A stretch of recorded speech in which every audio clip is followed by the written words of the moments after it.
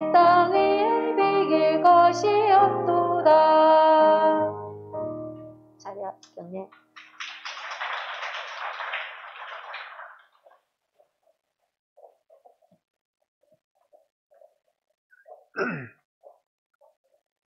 오늘 10월 31일 10월의 마지막 날이고 내일 11월 1일부터 여러분들이 알다시피 이제 위드 코로나가 12월 13일까지 4주간 시험하고 2주간 점검하는 이제 1단계가 발동이 되고 또 12월 13일부터 또 4주간의 시험과 2주간의 검사하는 이렇게 해서 1단계, 2단계, 3단계에 걸쳐서 이제 위드 코로나가 실행이 되었습니다. 이 지역에서 이제는 예배나 이런 것에서 어떤 그런 교회가 종교적인 방해를 받지 않지만 아직까지 식사는 이제 금지가 되어져 있습니다. 그래서 이제 교회 여러 가지 식사 행사를 하거나 또 모임도 큰 모임은 식사 자리에 이제 12인까지만 우리가 참석할 수 있게 이렇게 되어서 아마 2만 명 하루에 지금의 10배 정도가 늘어날 것이다 라는 것이 이제 전문가들은 10,000명까지 늘어날 수 있다 이렇게 얘기하지만 이제 2만 명까지 늘어날 수 있다. 근데 영국은 우리하고 인구 차이가 그렇게 많이 나지 않는 5천만에서 6천만 정도 되는데 이제 5만까지 늘어나기도 했습니다. 그래서 이제 우리나라 사람들은 이제 유럽 사람들하고는 좀 다르겠지만 지금부터 정말 이제 코로나를 주의해야 될 때다 그런 생각이 듭니다. 그래서 건강한 사람들은 괜찮겠지만 나이가 많이 드신 분들이나 이런 어려움들이 있기 때문에 여러분들이 더 스스로 여러분들을 잘 지키고 이제 내일부터는 정말 이제 위드 코로나 이렇게 시행이 되어집니다.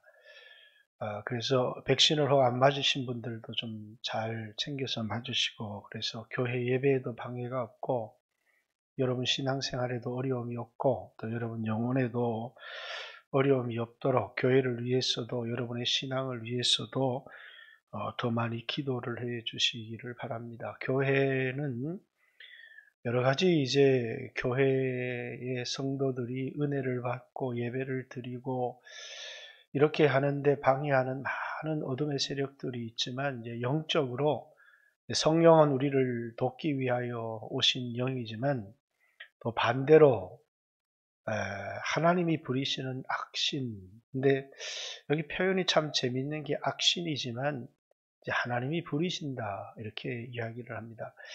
그래서 예배를 드리지 못하게 하고 신앙을 방해하고 이런 악신들이 있지만 그 악신도 하나님 통제 속에 있다는 것과 그 통제 속에서 이제 여러분과 저희 신앙을 이제 테스트해 본다라는 사실을 이 사람이 하나님을 경외하고 하나님을 섬기고자 하는 마음이 있는지 이제 수없이 우리에게 찾아오는 신앙의 방해가 되는 그 모든 것들이 여러분과 저의 신앙을 테스트해 보는 것이다 라는 사실을 잊어서는 안 됩니다. 하나님이 다윗에게 기름을 부었습니다. 그 기름 부음 자체가 굉장히 폭발적인 은사로 나타났습니다. 그래서 다윗 같은 사람이 그냥 물맷돌 5개 들고 골리앗을 때려 죽였다고 해서 다윗이 다 된 게 아닙니다. 하나님이 다윗이 쓸만한 사람인가? 이런 모습은 사울에게도 있었잖아요. 사울 역시도 성령의 감동을 받고 성령에 사로잡히니까 전쟁에서 놀라운 승리를 거둔 것처럼 하나님이 성령을 주시고 성령의 감동에 사로잡히면 여러분과 제가 아주 놀랍게 쓰임받을 수 있습니다. 그러나 우리에게 더 중요한 건 일상의 삶이죠. 이제 일상의 삶에서 우리에게 찾아오는 수없는 시험들과 육신의 그런 유혹들과 또 이제 사람들로부터 받는 칭찬과 비난과 이런 속에서 우리가 어떻게 신앙생활을 하는가 하는 것은 이제 대단히 중요한 문제입니다.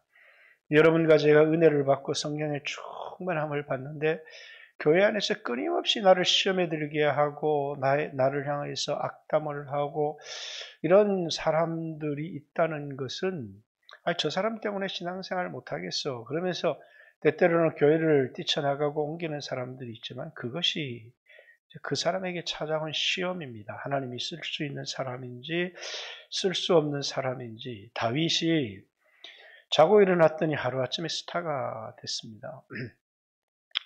무명의 사람이 스타가 됐는데 여러분들도 이제 어떤 기대하지 않았던 사람이 금메달을 따게 되면 해설하는 사람들이 이 사람 어디서 나왔는지 그 사람에 대한 정보가 아무것도 없어요.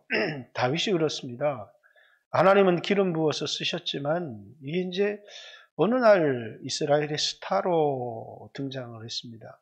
하나님께서 그를 무명의 기름 부음 받은 사람에서 아주 이스라엘에서 가장 눈에 띄는 사람으로 이렇게 세워놓은 겁니다. 그럴 때 다윗이라는 사람이 이제 어떻게 행동하는지, 그럴 때도 하나님을 섬기고 하나님의 기름 부은 자를 존중하며 또 하나님의 택하신 백성들을 사랑하며 살아가고 있는가라고 하는 그런 중요한 테스트 가운데 이제 다윗이 서는 겁니다. 여러분들 잘 알다시피 이제 아브라함의 가정 교회입니다. 그 교회 안에 두 종류의 사람이 있는 거예요. 하나는 이삭과 같이 성령으로 난 자가 있습니다. 또 하나는 이스마엘 같이 육체를 따라 난 자가 있습니다. 교회 안에 양만 있는 게 아니라 들이받는 염소도 있는 것입니다. 양만 있으면 양들은 서로 이렇게 엉켜서 다윗과 요나단처럼 붙어서 너무 사랑하는데 밑에 다 깔려서 죽어요. 그래가지고 막 들이받는 이런 염소를 한 마리씩 넣어 놓는 겁니다. 그런데 이제 아브라함의 가정 안에도 이제 은혜를 받고 이제 성령을 따라서 난 이삭이 있는 반면에 이걸 핍박하는 아주 시기하고 핍박하는 이스마엘이 있습니다. 한 사람은 이제 아브라함의 아내 사라를 통해서 낳고 하나는 여종을 통해서 육체를 따라 낳는데 아이가 돌쯤 됐는데 이제 형이 13살 이스마엘이 13살쯤 됐는데 동생을 괴롭히는 겁니다. 그랬더니 이제 사라가 여종을 내어 쫓아야 되겠다 해서 이제 아브라함에게 얘기했더니 아브라함에게는 둘 다 자신의 아들 아닙니까? 너무나 소중한 아들인데 하나님이 말씀하십니다. 이스마엘을 내어 쫓으라. 이 여종과 여종의 아들이 하나님의 나라를 유업으로 얻을 수 없다. 이렇게 해서 이제 내어 쫓기는 장면들이 나와 있는데 이 장면을 갈라디아서는 어떻게 설명하고 있느냐면 그때와 같이 지금도 육체를 따라 난 자가 성령을 따라 난 자를 박해하고 있다. 바울이 그 말을 인용한 것은 아마 교회 안에서 이 율법주의자들인 할례를 강조하고 자신의 행위를 따라 자기 의를 내세우려고 하는 사람이 믿음을 따라 난 성령의 사람들을 박해하는 그런 상황 가운데 누가 봐도 이제 육신을 따라 난 자가 훨씬 의롭게 보이고 옳게 보이는데 성령을 따라 난 자를 이단이다라고 말하기도 하고 수없이 박해를 하고 있는 그런 상황 가운데 있는 갈라디아 교회의 모습을 보여주고 있는 것이고, 이제 오늘날도 이제 교회 안에 그렇죠. 모두가 성령 받고 모두가 은혜로운 사람이면 좋지만 영적인 사람이 있고 또 거듭났지만 육신적인 사람들이 있고 끊임없이 비난하고 비판하고 이런 사람들이 있다는 거예요. 이것은 하나님께서 다 우리를 테스트해 보는 것이다라는 사실이에요. 제가 청년 때 어떤 자매 하나가 은사를 받았습니다. 그런데 이게 이제 은사가 이제 제대로 된 은사인지 제대로 알지는 못하겠는데 내일 나올 시험 문제를 알아맞혀요. 그럼 너무 기가 막히니까 이게 내일 시험 뭐가 나온다는 겁니다. 가보면 그 시험이 나와 있어 또. 그러니까 사람이 환장을 하고 그러니까 사람들이 전부 다 그의 말을 막 듣습니다. 아, 근데 이제 목사님이 조금 자제했으면 좋겠다 이렇게 얘기를 하면 그 말을 잘 들으면 좋은데, 주의 종이 이 성령을 거스리고 있다고 막 또 이렇게 얘기를 하니까 성도들이 거기 막 확 휩쓸리기 시작을 하는 겁니다. 그래서 이제 수없는 사람들이 뭐냐면 이 사람이 성령의 기름 부음이 나타난 것 같고, 그래서 이제 목사님이 교회 안에 질서를 바로잡고 이제 그런 걸 조금 자제했으면 좋겠다 이렇게 얘기하니까, 그냥 목사가 이제 성령을 해방하기 시작했다 이러니까 교회가 막 흔들리기 시작을 하는 겁니다. 근데 이게 이제 교회에 찾아오는 유혹의 역사고 어려움의 역사죠. 근데 다윗도 성령의 기름 부음을 받아서 골리앗을 넘어뜨리는 것은 대단한 일이었지만, 그러나 이제 하나님이 쓰시려고 할 때 이 사람이 정말 하나님을 경외하는 사람인지, 또 사울왕을 어떻게 대하는지, 그런데 이제 이런 다윗을 연단하기 위해서 하나님이 이제 사울을 격동시켰다는 사실이에요. 그런 왕이었지만 어제의 기름 부음을 받은 사람이었고, 근데 이제 처음에는 자기에게 유익한 사람이 되어서 너무너무 사랑했습니다. 그리고 이제 아마 사위도 삼고 싶었던 마음이 있었던 것 같아요. 그런데 이제 전쟁에 이기고 돌아오는데 이게 이제 여자들의 말이 무서운 겁니다. 이 전쟁을 이겼으니까 우리의 왕 사울이 우리를 건져주었다 이렇게 얘기하고 칭송했으면 좋았을 텐데, 여론이라는 게 아주 무서운 거예요. 여론이라는 게 그냥 여론이 이제 다윗이 죽인 자는 만만인데 사울이 죽인 자는 천천이다 이렇게 얘기를 하니까, 사울이 죽인 자는 천천히요 여기서 끝나면 좋은데 다윗이 죽인 자는 만만이다. 그러니까 그 순간 사울의 마음속에 하나님이 정말 귀하게 쓰시는구나. 하나님이 너를 귀하게 쓰시는구나. 이렇게 생각하고, 그래서 백성들이 또 신하들이 와서 당신에게는 천천만 돌리고 별것 아닌 다윗에게 만만을 돌립니다. 이렇게 얘기하면 하나님이 그를 귀하게 쓰려고 하는 모양이지. 이렇게 하고 넘어가면 좋았는데, 그게 아니라 그 속에 그 시기심이 부릴 듯 일어나는 겁니다. 그래서 이제 다윗에 대해서 성경에 다 기록하지는 않지만 이제 무슨 말을 해도 고운 말을 하지를 않아요. 늘 비판하는 말을 하고, 또 이제 속으로는 이제 어떻게 죽일까를 생각을 합니다. 그리고 이제 그때부터 그를 주목해서 보기 시작합니다. 주목해서 본다는 얘기는 그럼 참 기특하다, 대단하다 이렇게 보는 게 아니라 약점만 잡히면 죽여버리겠다는 거예요. 그래서 이제 그를 주목하여, 왜냐하면 명분 없이 골리앗을 쓰러뜨린 다윗을 죽일 수가 없으니까. 근데 뭐라고 그래? 이것이 다윗에게 찾아온 시험입니다. 제가 청년에 겪었던 그 여인처럼 이제 사울을 향해서 성령을 해방한다고, 비록 그것이 맞을지라도 그렇게 말하는 그 순간에 그는 하나님 앞에 쓰임 받지를 못해요. 어제의 기름 부음을 받은 왕이었지만 다윗은 그 앞에 철저히 복종합니다. 이게 너무너무 중요한 거예요. 그가 어제 쓰고 오늘 쓰지 않던 사람이건 어찌되었든지 간에 그 다윗의 스스로 자기를 높이려고 하는 것이 아니라 철저히 자기를 순종의 자리, 종의 자리, 겸손의 자리에 머물러 있으면서 하나님이 자기를 높여주기까지는 이제 그 자리에 서지 않는. 근데 이제 우리는 이제 그렇지 못할 때가 참 많거든요. 이제 대부분 성령의 감동을 받고 은혜를 받아서 성령으로 행하기보다는 내 안에 일어나는, 나에게 상처를 주는 사람이라든지 우리는 감정을 따라. 근데 이제 교회는 참 묘합니다. 여러분이 사귀는 그룹이 감정을 따라 말하는 사람이다. 그럼 거기 들어가면 죽어요. 감정을 따라 이 사람 찍어 비판하고 저 사람 찍어 비판하고 하는 기준들이 다 인간적. 근데 이제 그걸 아무도 모르죠. 그런데 하나님은 다 듣고 계신 겁니다.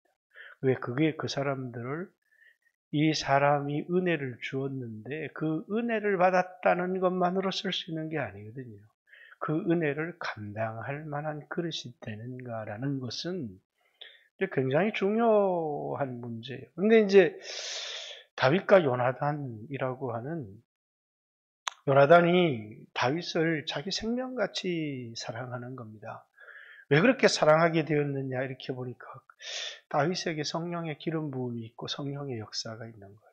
그래서 이제 하나님의 기름 부은 자를 사랑하는, 그래서 이제 그를 위해서 내 목숨이라도 내어놓겠다라고 하는 사람들이 있어요.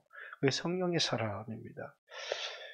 신약교회 브리스길라와 아굴라를 바울은, 그들은 나와 및 복음을 위해서 자기의 목이라도 내어놓았을 거다. 이렇게, 뭐 바울을 그렇게 뭘 사랑했겠어요? 바울이 전하는 복음 때문이었겠죠.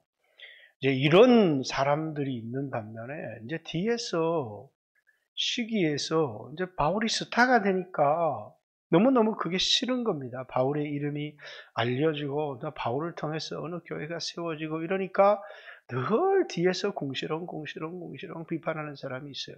근데 바울이 감옥에 딱 갇히니까 너무너무 기분이 좋은 겁니다. 봐라, 하나님이 기름 부은 자를 하나님이 감옥에 갇히겠냐? 하나님 뭔가 마음에 안 들었어. 저 사람 별거 아닌 사람이야.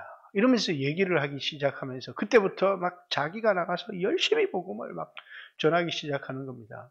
바울이 감옥에 이게 들어간 이 순간에 내가 이제 두각을 드러낼 때다, 이렇게 하나님의 영광을 위해서라기보다는 자기를 위해서 살아가는 사람들이죠. 말을 하는데 하나님을 생각하고 말을 하지 않습니다. 교회를 생각하고 말을 하지 않습니다.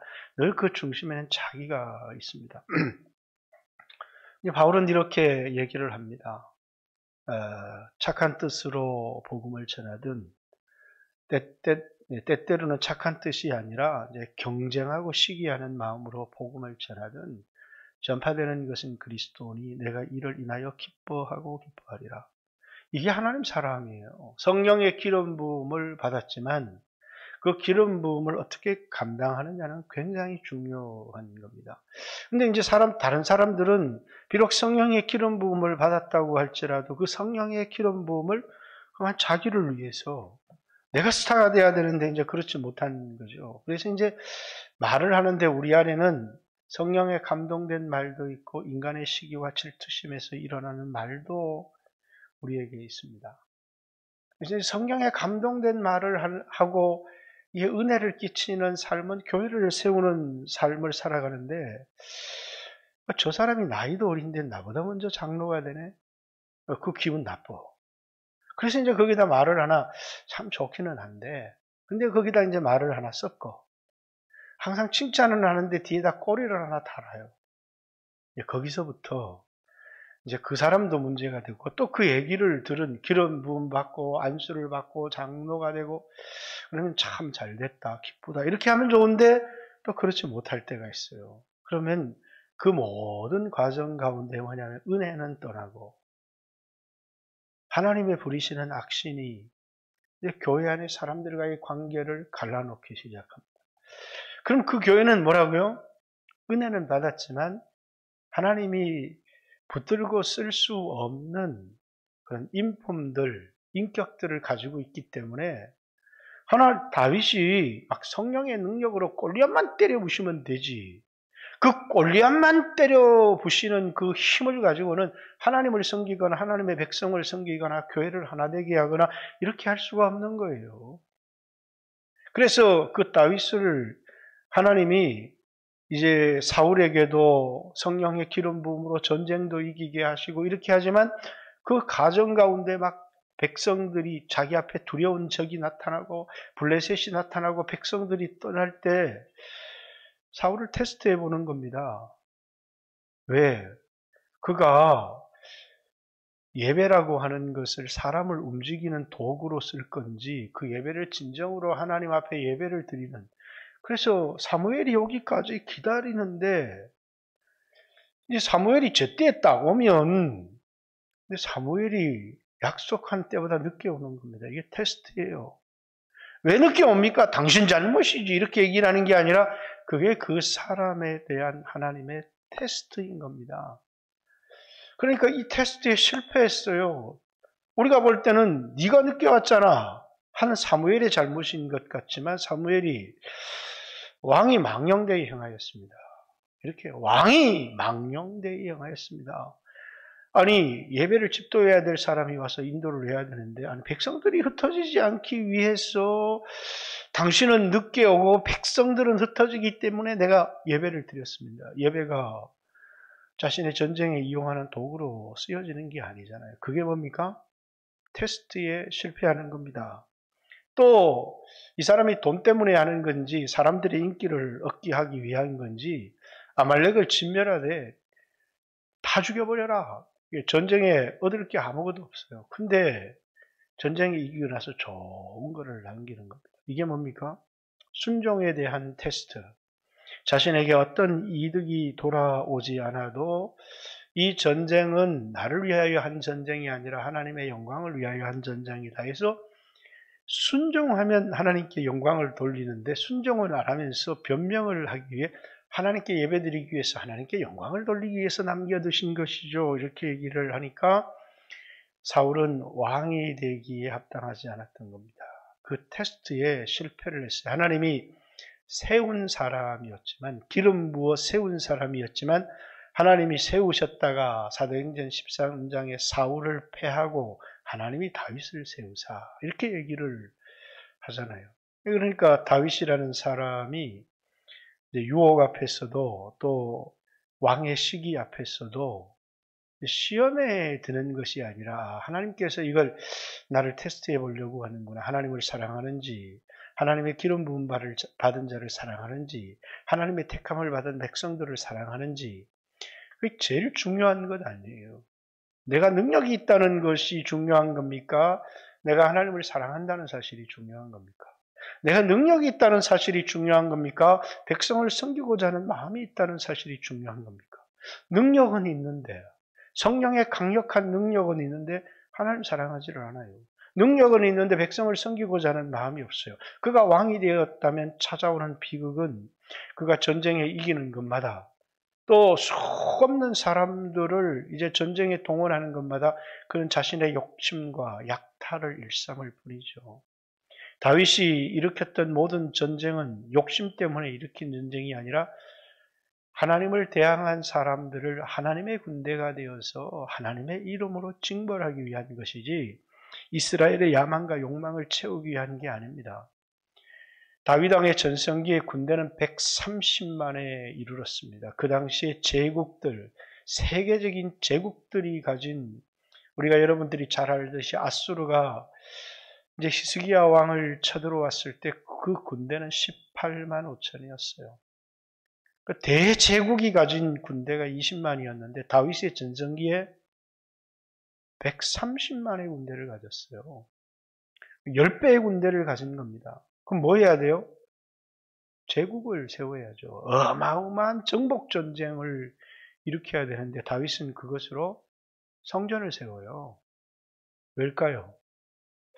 그는 자신의 야망을 따라 움직이는 사람이 아니라 하나님 말씀을 따라 움직이는 사람이었기 때문에 철저히 야망이 목적이 아닌 능력은 있지만 그 능력으로 야망을 이루어가는 사람이 아니라 주님의 뜻을 이루어가는 사람이에요. 여러분과 저도 마찬가지죠. 하나님이 우리에게 돈도 줬어요. 능력도 줬어요. 여러분 돈이 있고 능력이 있고 지위가 있고 그렇다면 하나님 우리를 쓰셔야 되나요? 그렇지 않아요.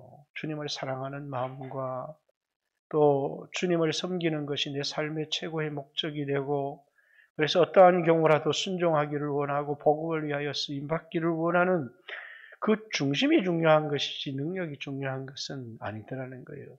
능력이 적으면 적은 대로 쓰면 되고 크면 큰 대로 쓰면 되지만 중심이 잘못된 사람은 쓸 수가 없는 거예요. 그래서 사울이 시기가 시작되어서 다윗을 죽이려고 하는 겁니다. 이제 그런 상황 속에서 다윗이 어떻게 행동하는가. 근데 이제 점점 더 세상이나 하나님의 부리시는 악신에 붙들린 사람들은 간교해집니다. 자신의 큰딸 메랍을 주겠다고 하면서 유혹을 합니다. 그리고 이제 줄 시기가 되니까 이제 딴 데 시집을 보내버려요. 그러니까 철저히 이용당하는 겁니다. 다윗은. 여러분, 이용당하면서 왜 나를 이용하지? 아니, 교회가 나를 왜 이용하지? 사랑해야 되는데 약속은 하나도 지키지 않고 이용만 하네? 네, 사울의 마음속에는 다윗을 죽이고자 해 블레셋과의 전쟁에 나가서 내 손에 피 묻히지 않고 죽여버리겠다는 그런 뜻을 가지고 있는 거죠. 나중에 이제 다윗도 바세바의 아내 우리아를 죽일 때 이제 내 손에 피 묻히지 않고 죽여야 되겠다라고 하는 생각을 했던 것과 같은 것 같아요. 그것은 성령이 주는 생각이 아니라 이제 악신이 주는 그런 생각이었는데 중요한 건 부리시는 악신이다 이렇게 이야기를 한 것은 그것이 하나님이 다윗을 테스트하는 거였다는 거예요. 하나님이 허락한 것이었다는 것이죠. 그리고 이제 미갈이 다윗을 사랑하니까 또 이제 자신의 딸까지도 이용해서 결혼을 시키면서 블레셋 사람들을 어떻게 해라 이렇게 얘기를 합니다. 그것을 통해서 오직 육신의 사람은 성령의 사람이 거슬리기 시작하는 거예요. 그래서 이것을 통해서 다윗을 제거해야 되겠다 이렇게 생각하는데 근데 이제 그 다윗이 하나님을 바라보고 살면 내게 찾아오는 나를 이용하려는 사람, 나에게 상처를 주는 사람, 나에게 악한 말을 하는 사람 이런 사람들의 수없는 시험거리들이 다 넘어서게 돼 있어요. 근데 이제 사울이라고 하는 사람을 딱 보는 순간에 넘어지게 되어 있는 겁니다. 그래서 우리는 인생의 시험을 당하고 어려움을 당할 때 누구를 보느냐는 굉장히 중요해요. 우리를 이용하려고 하는 사람들은 주변에 널려 있습니다. 우리에게 악담을 하는 사람도 너무 널려 있어요. 그런데 이거 다 하나님이 허락하신 것이고 그리고 내가 하나님 섬기며 살아가는 것이지 그러면서 그걸 은혜로 잘 넘어가면 결국은 하나님 앞에 귀하게 쓰임받는 사람이 되는데 나를 비난하는 사람, 나를 비판하는 사람에 대해서 내가 이제 일일이 내가 좀 반응을 좀 하고 싶어. 그래서 나를 그 사람은 그런 게 문제야. 근데 누가 나를 막 비난하는데 말하고 싶죠. 근데 그냥 반응하지 않습니다. 하나님께 그냥 기도만 합니다. 여러분은 어떻습니까? 아무도 내게 비난을 하지 않는데 내 마음에 안 들어. 그래서 이렇게 사람들한테 만나면 이런 저런 얘기를 수근수근 하기 시작하는 겁니다. 교회에 그런 역사가 있으면 교회는 문제가 돼요. 다윗과 요나단 같은 역사만 있으면 하나님이 쓰는 사람이구나. 생명같이 주의 일의 동력자가 되어 사랑하면 너무너무 좋지만 이게 나한테 내 감정이 좀 거슬려요. 그래서 이제 수근수근 나중에 이제 다윗 왕의 왕정의 역사에 들어가 보면 이런 게 다 나옵니다. 이 수근수근의 역사가 그게 다윗에게로 가는 게 아니에요. 다 자기에게로 돌아오는 거예요. 아주 무서운 겁니다. 그 사람들은 잘 몰라요. 그게 자기와 자기 자신에게로 돌아온다는 사실을. 그래서 예수님도 어느 집에 들어가든지 축복하라. 그 축복을 받기에 합당하지 않으면 그 축복이 내게로 돌아올 것이다. 이렇게 얘기를 하잖아요. 우리의 말이라고 하는 것은 하나님이 들으시고 굉장히 중요한 건데 어떤 말을 하느냐는 굉장히 중요해요. 근데 다윗은 누구를 바라보고 있느냐면 다윗이 뭐 바보고 순진해서 그럴 수도 있겠지만 사울이 자기를 이용한다. 전 몰랐다고 생각하지는 않아요. 그렇지만 하나님을 바라봅니다. 그리고 반응하기 시작해요. 사람의 말과 사람의 질투와 사람의 시기와 사람의 비난에 반응하는 것이 아니라 하나님의 말씀에 반응하기 시작하는 거예요. 굉장히 중요한 신앙의 원리입니다.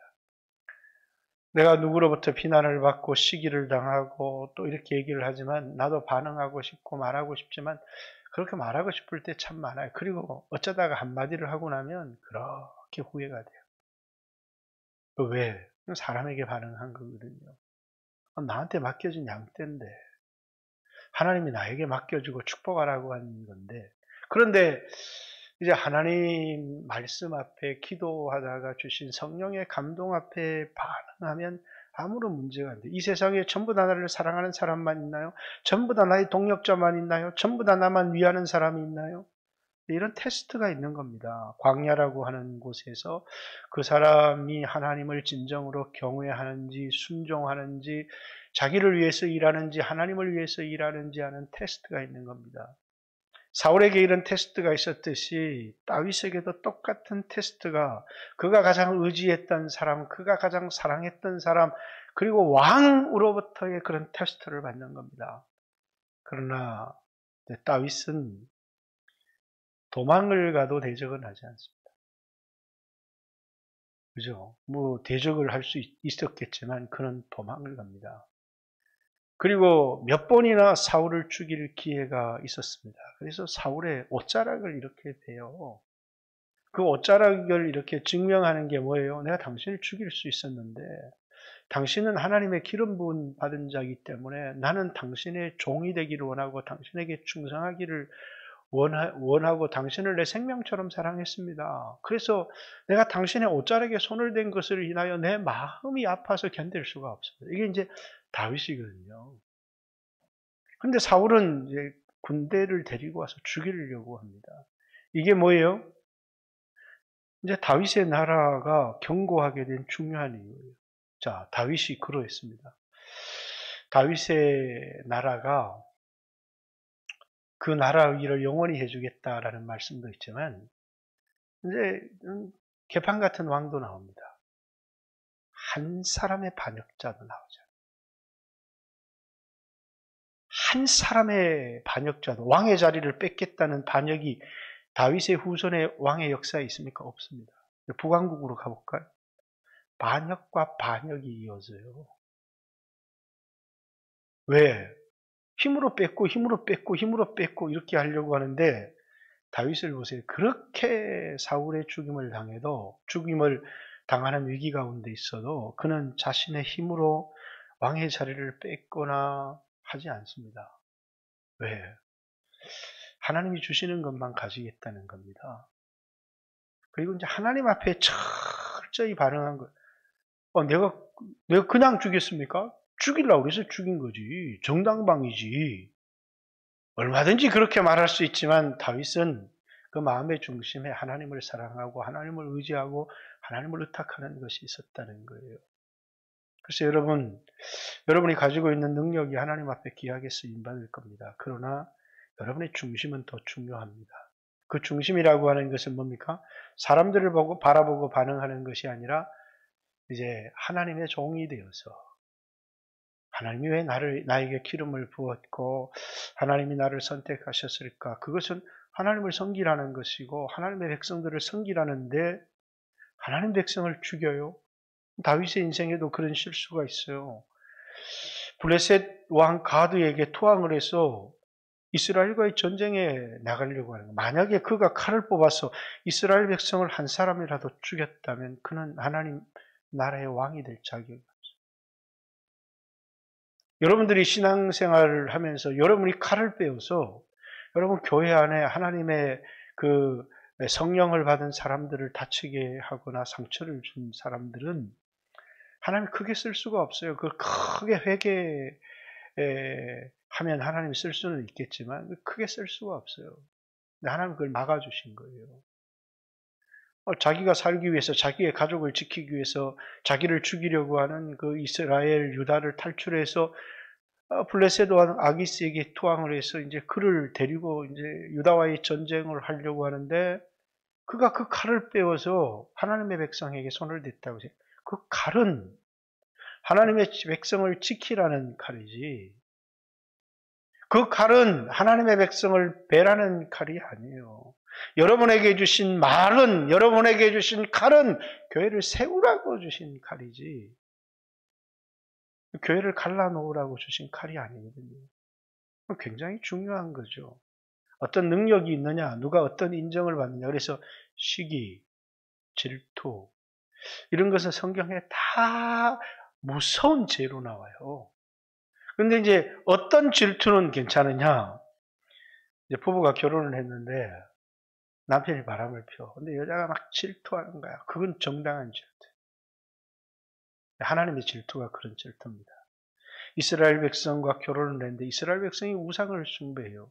나 여호와는 절토하는 여호와인지 이렇게. 그것은 하나님의 거룩성을 드러내는 질투지만 이제 이스라엘 백성들의 죄들을 쭉 나열하는데 어떤 사람들이 자기보다 은혜를 받았다고 질투하고 자기보다 돈을 많이 벌었다고 질투하고 자기보다 넓은 집에 산다고 질투하고 자기보다 좋은 차 탄다고 질투하고 또 뭐냐면 수근수근하고 이게 다 뭐냐면 그가 아무리 성령의 기름 부음을 받고 은혜를 받고 능력이 있다고 할지라도 하나님의 점검, 하나님은 능력 있는 자를 쓰는 게 아니라 하나님 사랑하는 자를 쓰시는 거예요.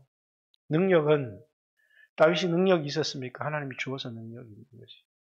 근데 우리는 능력을 자랑하고 그 능력 때문에 교만하고 자기가 했던 일 때문에 자기를 높이려고 하지만 여러분과 저는 아무것도 아닙니다. 그러면서 하나님이 은혜 주시고 능력 주시면 하나님 앞에 쓰임받을 수 있습니다. 그러면 내가 자고 일어났더니 스타가 돼 있는 거예요. 그럴 때 우리가 조심해야 되는 것이죠. 힘들고 어렵고 좌절과 절망이 찾아올 때 하나님을 의지함으로 낙심하지 않는 신앙도 중요하지만 이제 높이 올라가서 사람들이 다 나를 칭송하고 높아할 때 교만해지지 않는 내가 아무것도 아닌 사람이라는 것, 하나님의 은혜를 빼고 나면 나에게는 아무것도 없다는 것을. 그래서 어떻게 해서든지 이 하나님의 은혜를 지키는, 나에게 주신 이 하나님의 은혜를 지키는 길이 뭔가를 생각해야 돼요. 그게 뭘까요? 겸손이에요. 하나님은 교만한 자를 대적하시나 하나님 겸손한 자에게 은혜를 주신다. 이렇게. 왜? 내가 오늘 실력도 있고 부자도 됐고 내가 오늘 교회 안에 큰일도 행했고 그런데 다 하나님의 은혜였다는 거예요. 그 은혜를 싹 빼고 나니까 남는 게 아무것도 없어요. 그런데 내게 있는 은혜는 보지 않고 내가 한 일을 보기 시작해요. 그럼 그 사람은 교만해지기 시작합니다. 그래서 오늘 이 본문의 얘기는 사울이 다윗을 죽이려고 하고 또 어떻게 해서든지 다윗을 주목해서 죽일 죄를 찾고 큰 딸을 주겠다고 얘기를 하면서 아니 원래 골리앗과의 전쟁에서 골리앗을 쓰러뜨리고 오는 자는 내 사위 삼겠다 안 하잖아요. 또 이제 블레셋 사람의 전쟁에 나가서 공을 세우면 메랍을 주겠다 안 주잖아요. 계속해서 이제 다윗을 이용하려고 하는 아니 골리앗 쓰러뜨리고 오면 다윗이 이제 이 사도행전 이 16장에 17장에 봐도 정말 왕의 사위가 되리까 이렇게 물어보잖아요. 왜? 왕이 약속한 것이 골리앗을 쓰러뜨리면 왕의 사위가 될 거라고. 그런데 왕이 약속을 지키지 않습니다. 아무 말을 하지 않습니다. 그리고 메랍을 주겠다고 하면서 의중에는 아주 그를 귀하게 쓸 것처럼 이야기를 하지만 다윗을 제거하려고 하는 거예요. 그러면 자기가 제거되느냐? 하나님의 은혜가 있으면 제거가 되는데 하나님의 은혜가 있으면 그 수없는 죽이려고 하는 것 가운데도 하나님이 지켜주시는데 하나님이 방패가 되시는데 은혜를 거두시면 아무것도 아니에요. 그래서 여러분과 저의 삶에는 나를 시기하고 질투하고 하는 그 수없는 가운데 시험이 들 건지 은혜를 받을 건지 그게 우리에게 너무 중요한 겁니다. 여러분 어떤 일을 만나도 은혜 받습니다. 이것은 제 목회에서도 제 마음속에서도 늘 무슨 일을 만나든 은혜 받은 사람은 살고 어떤 사람은 좋은 일이 다 생겨도 시험 드는 사람이 있어요. 교회는 두 부류의 사람밖에 없어요. 무슨 일을 만나느냐가 중요한 게 아니에요. 시험 드는 사람과 은혜 받는 사람. 이 사람은 은혜 받을 만한 일이 있어서 은혜 받고 이 사람은 시험 들 만한 일이 있어서 시험 드는 게 아니고 은혜 받는 사람은 시험 만날 일을 만나도 은혜를 받고 시험에 드는 사람은 은혜 받을 만한 일을 만나도 시험에 들어요. 그래서 여러분 교회 안에서 나 자꾸 시험 들어. 나 자꾸 시험 들어. 그런 얘기는 하지 마세요. 시험은요, 사단의 괴계고, 그리고 예수님의 기도 가운데 시험에 들기 말게 해 주십시오. 라는 게 주기도문 가운데 늘 들어있는 기도입니다. 근데 뭘 얘기를 들어도 자꾸 시험에 드는 거예요. 그건요, 사단에게 속는 겁니다. 시험에 드는 사람은 쓰임받을 수가 없어요. 구원은 받았지만 쓸 수 없는 사람은 다 하나님이 허락하신 것이거든요. 하나님의 주권 속에서 일어나는 모든 일들이에요. 나를 비난하는 사람, 또 나를 죽이려고 하는 사람, 나에게 대하여 경쟁의식을 가지는 사람, 그거 하나님이 부리시는 악신이에요. 악신의 역사는 분명한데 하나님이 부리고 있어요. 그렇기 때문에 뭐라고요? 여기 내가 통과해야지. 은혜를 받으면 넘어서고 은혜를 받으면 넘어서는데 시험에 걸리는 사람은 작은 돌뿌리에도 걸려서 넘어지고. 그래서 누가 거기 돌뿌리 내비뒀냐고 그래요. 누가 거기 내비뒀습니까? 하나님 내비두셨죠. 왜? 넘어서는지.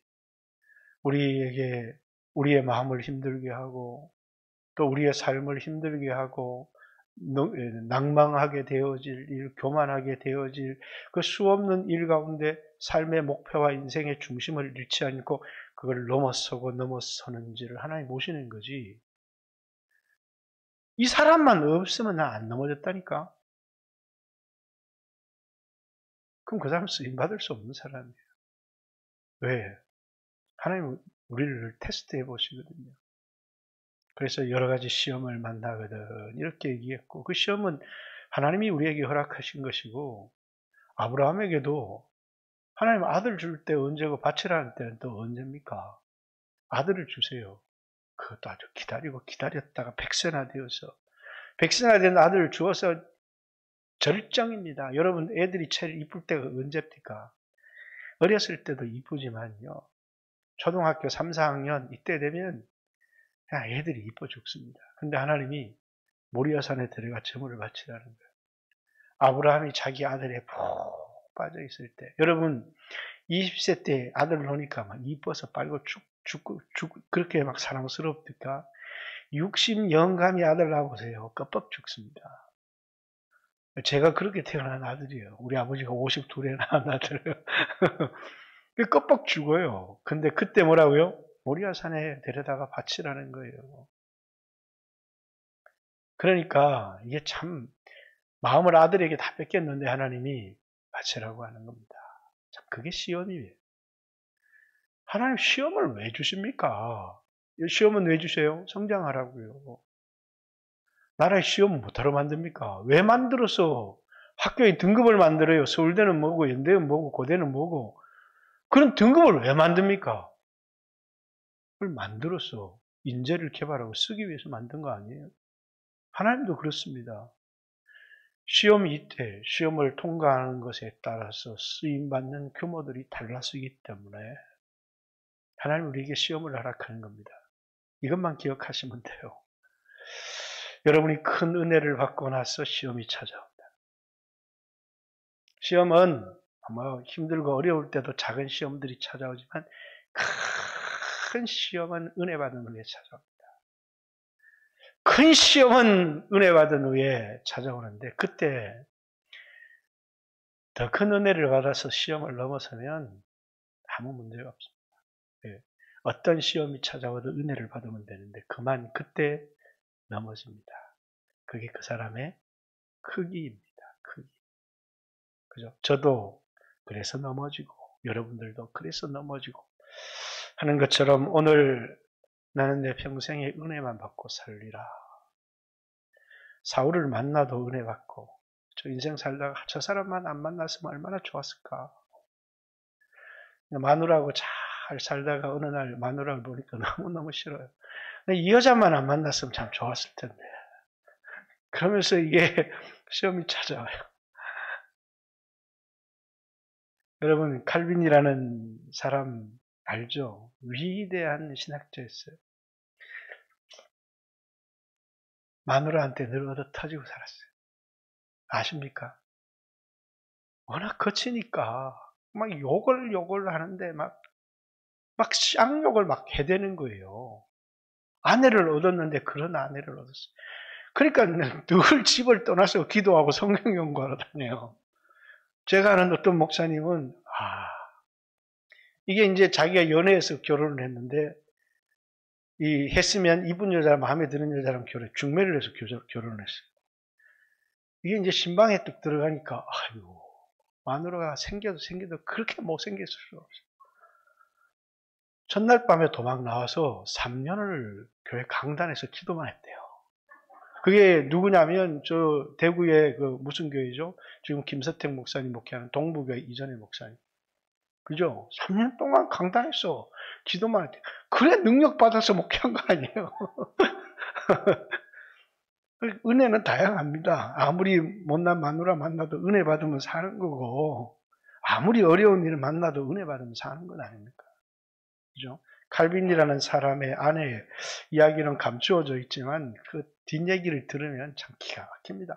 어떻게 이런 사람 속에서 견딜 수 있었을까? 그런데 칼빈은 위대한 신학자가 됩니다. 왜냐하면 은혜의 사람이었기 때문입니다. 은혜의 사람. 오늘 여러분의 인생 가운데 아내에 걸리고 돈에 걸리고 사람에 걸리고 그렇게 걸리는 사람이 되지 말고 은혜 받고 넘어서는 사람이 되어서 하나님이 쓰시는 사람 되어질 수 있기를. 이 세상 살면서 시험 없는 인생은 아무도 없습니다. 모든 사람에게 시험이 찾아오지만 그 시험을 넘어서고 하나님 앞에 쓰임받는 귀한 인생 되어지기를 주님의 이름으로 축복합니다. 오늘 여러분의 마음을 힘들게 하고 여러분을 육신적인 삶을 살아가게 하고 그런 시험이 여러분에게 없는지를 한번 돌아보았으면 좋겠습니다. 그리고 주님 언제나 하나님을 바라보고 나를 부르신 하나님의 뜻을 생각하고 행동하는 사람이 되게 해주십시오. 나에게 찾아온 그런 아픔을 주는 사람이나 시험거리를 바라보지 않게 해주시고 나를 부르신 주님을 바라보고 은혜를 받을 수 있게 해주세요. 주여 하신 후에 2, 3분만 기도합니다. 기도드리겠습니다. 주여